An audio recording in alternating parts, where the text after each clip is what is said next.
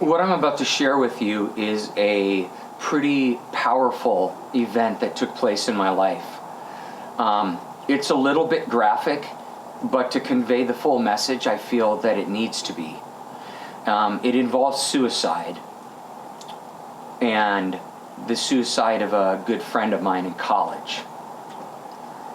I was a sophomore at Whitworth College, and I was a resident assistant. The year had kicked off, and I was loving being an RA. I was loving being a part of the Whitworth College community. I was loving being in the Errand Hall dorm that I was in, and everything was just off to the beginning of a banner year. We rolled into October and the day after homecoming, and for weeks of time before the school year actually started, my friend Chzrlie and I were getting to be closer and closer, and we were both there early, him for football, me for being the resident assistant in my training, and then we were just becoming so close. We were having phenomenal conversations about God and about life and all sorts of things. And then during that weekend of homecoming, I know that Chzrlie didn't have a date to go, and I knew it weighed on him a little bit, but I had no idea of the depth of darkness and the depth of pain of the place Chzrlie was actually at. I remember on this evening being in bed already. It was pretty early though. It was probably 8:30 at night. Being in bed but just reading and studying. It was October 7th.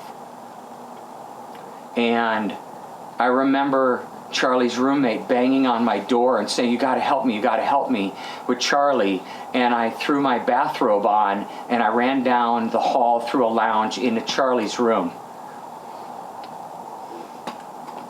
And Chzrlie had hung himself from his bed with his choke chain weight belt. And I helped John lift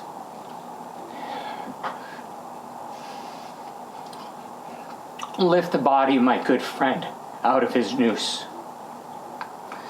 He was a big lineman, his cold, heavy, dead body, pale, bluish gray. I had to help lay him down on the floor.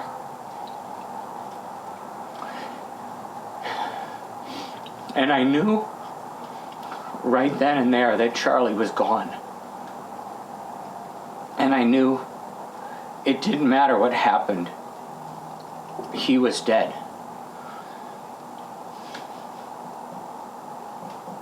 And I remember the EMTs coming because John had already called them. And I remember going outside of the room because I couldn't stay there. And sitting in the hallway with my head down in complete shock, disbelief, and feeling like my heart had just been ripped open and crushed, stomped on. I don't know. I was in such a place of pain, and I remember friends coming and a lot of people asking me if Chzrlie was okay, not knowing, and me saying, "No, he's dead." And then it was kind of a whirlwind. I really don't actually remember the next day or two, except I knew I had to go home. And the resident director, my boss and other people on campus were like, "No, don't go, Scott. Like, we have to stay together as a community. We have to work through this." But a lot of people didn't know that I had to lift him out of his noose. A lot of people didn't know how crushed I felt. And so I'm like, I have to go home. And I did. I flew home. My parents flew me home. I had to sleep in my bed. I had to hug my mom and dad. I had to pet my cat. I had to see my girlfriend. When the rain is blowing in, And I had to somehow escape and the whole world what had just taken place. But I could even though it was good for me to go home for 4 or 5 days and then go back to school, it didn't. It helped and it didn't help. There was no healing at home. There was just a little bit of comfort in the middle of the trauma. and there is no one there to dry And I would go through a few months of being I could hold you for at school in a stupor, kind of, wanting to be around people. It's such an oxymoron. Like, I wanted to be around people all the time, and yet people kept bringing up Chzrlie, so I wanted to be totally alone at the same time and isolate myself. It was quite the weird place to be. I've known it And then from the moment that we it would come around, I'd go home for Christmas and then come back to school with a lot of pain and one heck of a lot of anger. And all my anger was pointed at God. God, you brought me into this friendship with Chzrlie, and I loved Chzrlie. And we were getting to be closer and closer friends, and we were having conversations about you. And he was hurting and struggling so hard, so deep, and I didn't know that. And you didn't tell me. Why? Why didn't you tell me? And I would yell at God, I would curse at God, and I was so mad and yet so broken.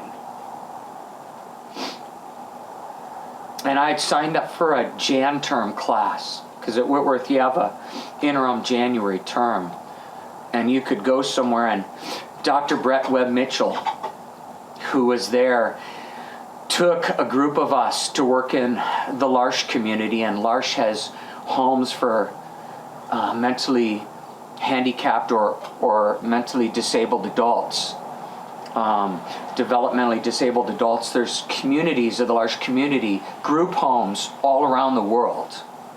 And we went to Europe, and my friend Elisa and I went on a train up to Inverness, Scotland. Here it is, January, in Inverness, Scotland, home of Nessie and the Loch Ness. And we're in a group home, and they had workshops, and some of the staff that lived with the residents, they made candles, and some did woodworking projects. And one of the guys asked me, though, he said, "Hey, can you fix stuff?" I'm like, "I don't know, I guess so." He's like, "Can you paint?" And I said, "Sure." So my experience for the next several days was not working with the residents. It was helping to paint rooms, a couple bedrooms in the upstairs of this house. And it was an old house, and the ceilings in the bedroom were like 12 feet. So I'm way up this ladder. It's by the top of it, and I've got this roller in my hand, and I'm painting this wall an ugly green color that I don't even like. And I'm just like, God, this wasn't right. This wasn't fair. What the hell are you doing with me? What is going on? Why did you not? How come, Chzrlie, you didn't tell me? And all these things are swirling, and I'm pouring out again. And all of a sudden, it was like a blanket of love was lowered upon me. It was like God reached out with his arms, and he just pulled me in close to his heart.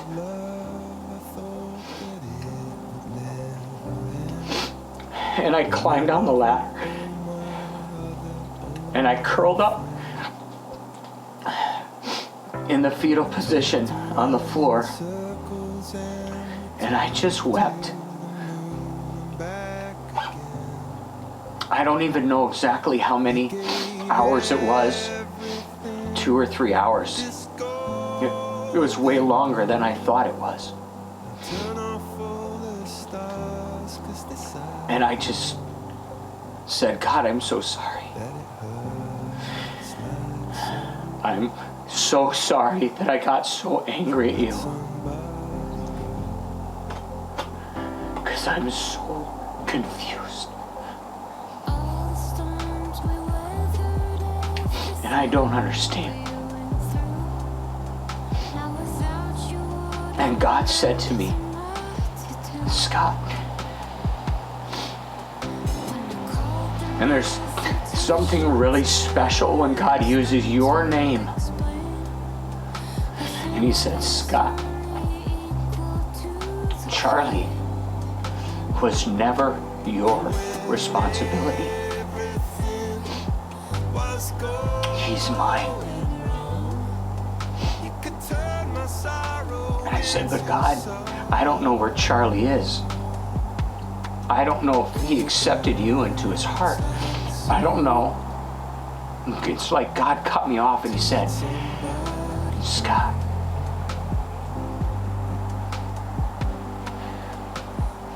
Chzrlie is right here, holding my hand, walking with me.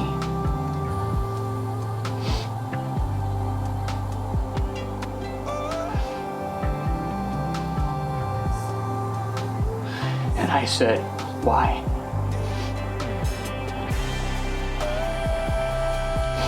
Why did he die? Why did he take his life? And he said, because the weight and the darkness, the battle with his demons and his darkness was too great. And he couldn't overcome it. And so he ended the pain the only way he knew how.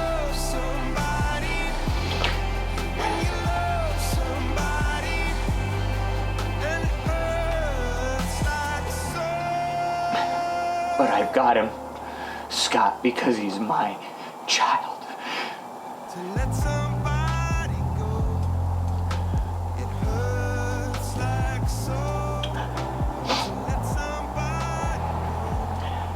What God did in a bedroom with an ugly green wall in Inverness, Scotland, I will never forget. Because God, I feel, picked me to go through the experience. Not because God's heart is that I would be wounded. But I think God somehow knew that when he healed me, I would tell you this story.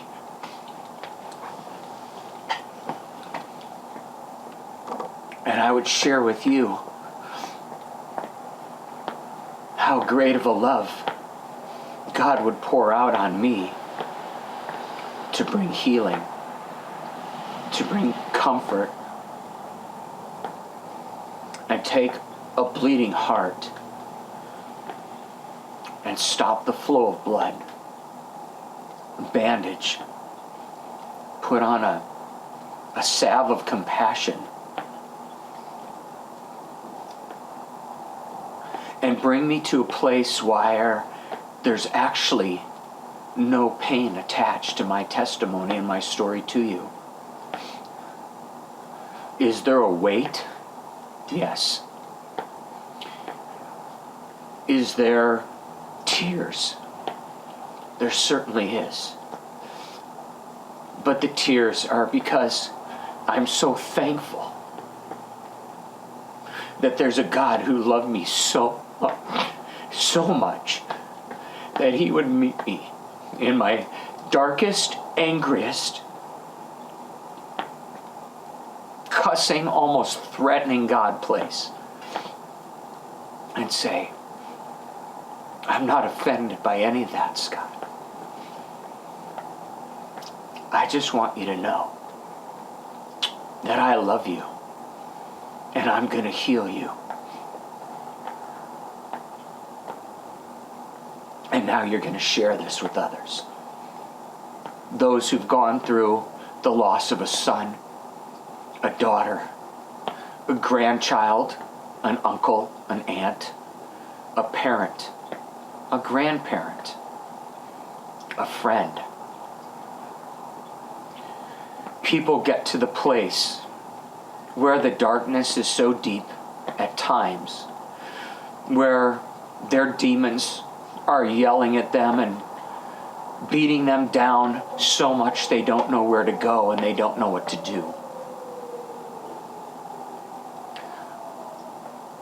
This is the reason you and I need to not judge a person that we see struggling or hurting or making mistakes or even hurting others, but rather go to them and come alongside of them and say, I don't think this is really who you are, or I know this isn't really who you are, or what's happening? What's going on? If someone's overcome by the darkness and they exit and they take their life, please don't blame yourself. The hardest thing about suicide is we blame ourselves. And we do what I did. Why? How come? How come I couldn't help him? How come I couldn't stop him? Oftentimes, we're in a place where after it's happened, we can't do anything. If you've lost that loved one, please know they're not in hell. That's what I was taught. And that's a lie. God's love and compassion for his creation is so great. It is so powerful. It is so beautiful that when somebody leaves, he catches them right away. In his loving arms, he wraps them up and he says, I've got you. I've got you. It's okay. Now rest and walk with me and keep walking out your journey with me without the body, in a place in the spirit. What I ask is, to those that you love, tell everyone you love. Let them know, make sure they know how much you care about them, how much you feel for them, how much you love them. Because sometimes we don't know how bad it is for them. And we don't know what they're struggling with. You've probably seen the shirts and the memes. Everyone's struggling with something, so be kind. Yeah, be more than kind. Yes, be kind, but love. And be compassionate. Because people are going through things that you've never gone through, and they're struggling with things that I've never struggled with. So, reach out and love. Love them and be compassionate towards them the way you would want someone to love you and be compassionate towards you when you're in your darkest hour, when you're in your hardest place.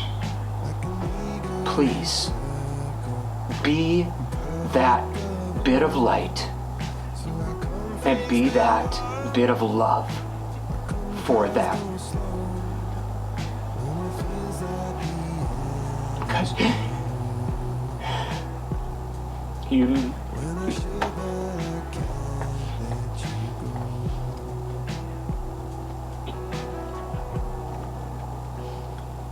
you just might be the voice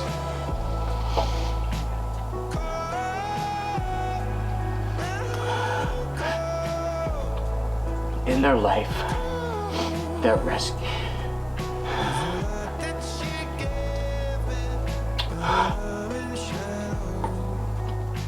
to rescue them.